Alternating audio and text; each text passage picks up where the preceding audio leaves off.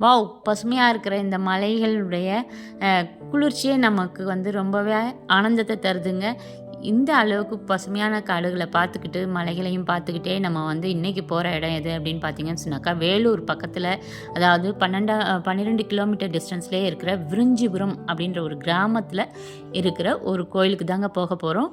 போற வழியில பார்த்தீங்க அப்படின்னு சொன்னா, கைலாசநாதர் கோயில் ஒண்ணு இருக்குங்க. இது நான் வந்து லாக் பண்ணியிருந்தனால போக முடியல.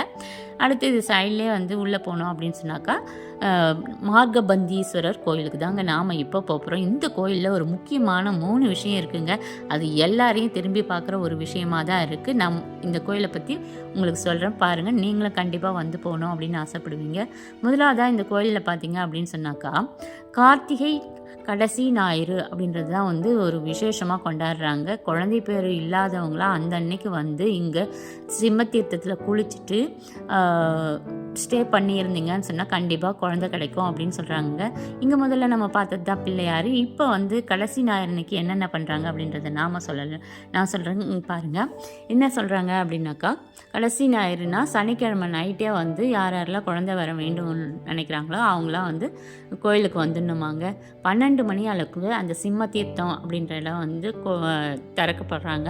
அதுக்கு முன்னே வந்து நம்ம பாலாத்தில் குளிச்சுட்டு பிரம்ம தீர்த்தத்துலேயும் குளிச்சுட்டு அடுத்ததாக நம்ம 12 மணிக்கு திறக்க போகிறாங்க இல்லையா, அந்த சிம்ம தீர்த்தத்தில் குளிச்சுட்டு வந்து ஸ்டே பண்ணியிருந்தோம் அப்படின்னு சொன்னால் அவங்களுடைய கனவுல வந்து நல்ல விஷயங்கள்லாம், அதாவது புஷ்பம், தொட்டில், குழந்தை, இந்த மாதிரி நல்ல நல்ல விஷயங்கள்லாம் கனவுல வந்ததுன்னு சொன்னால் கண்டிப்பாக குழந்தை பாக்கியம் கிடைக்கும் அப்படின்றது தான் வந்து முதன்மையான ஒரு ஐதீகமாக இருக்குதுங்க. அது மாதிரி நிறைய பேருக்கு நடந்திருக்குது அப்படின்னும் சொன்னாங்க. இங்கே இருக்கிற ஸ்தல விருட்சம் பார்த்திங்கன்னு சொன்னாக்கா பனைமரம், அதில் நிறைய வந்து தொட்டில் கட்டி வச்சுருக்காங்க குழந்தைக்கு வேண்டி.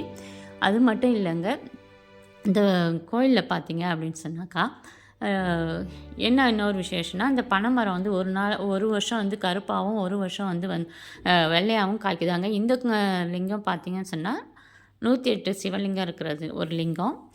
இங்கே இருக்கிறது தாங்க சிம்ம தீர்த்தம். இந்த சிம்மன் அதாவது சிங்கம் மாதிரி இருக்கு இல்லையா, அது கீழே வழி விட்டுருக்காங்க. அந்த வழி வழியாக உள்ளே போனீங்கன்னு சொன்னால் சின்னதாக ஒரு குளம் இருக்குது. அதுதான் வந்து திறப்பாங்களாங்க.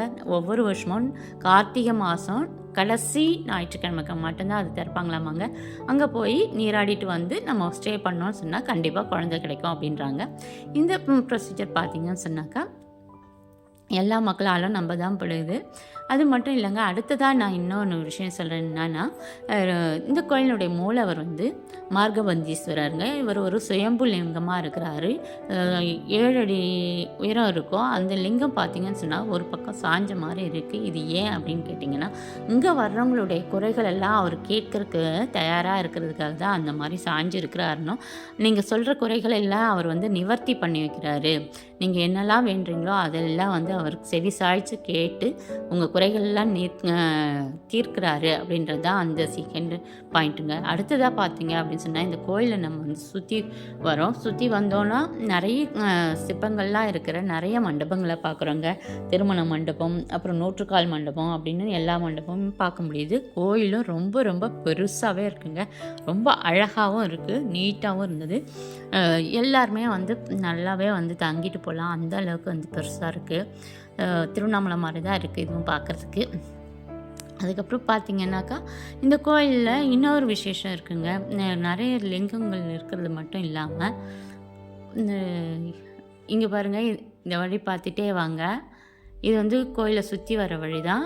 ஒவ்வொன்றும் வந்து பின்னாடி சைடு இது நிறைய வந்து சிற்பங்கள்லாம் இருக்குது. எல்லாத்தையும் ரசிச்சுட்டு போகலாம்.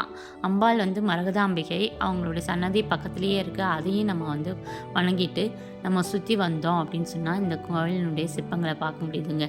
இங்கே இன்னொரு விஷயம் என்ன அப்படின்னு பார்க்குறத தான் நான் வந்து சொல்லிக்கிட்டே இருக்கிறேன், இன்னும் காட்டல. இப்போ வீடியோ பார்த்துட்டே இருங்க, உங்களுக்கு தெரியும்.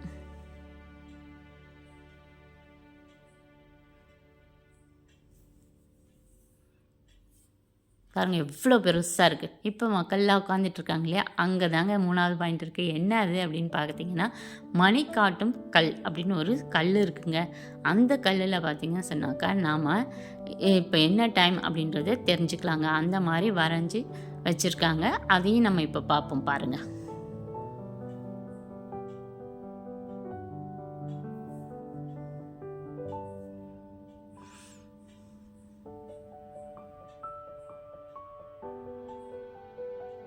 பாருங்கள் எவ்வளோ அழகான சிற்பங்கள்லாம் இருக்குது.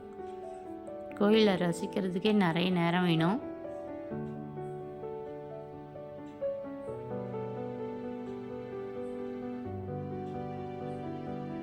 இது தாங்க அந்த மணிக்காட்டும் கல்.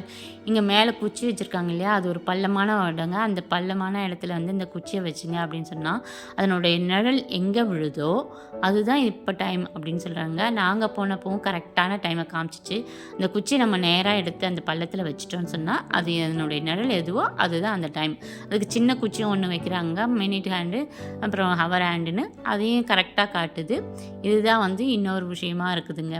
இந்த விஷயம்லாம் பதாதுன்னு பார்த்தீங்கன்னு சொன்னாக்கா, இந்த கோயிலுக்கு வர்றவங்க எல்லாருமே வந்து சாமிக்கிட்ட வேண்டது எல்லாமே நடக்குது அப்படின்னு சொல்கிறாங்க.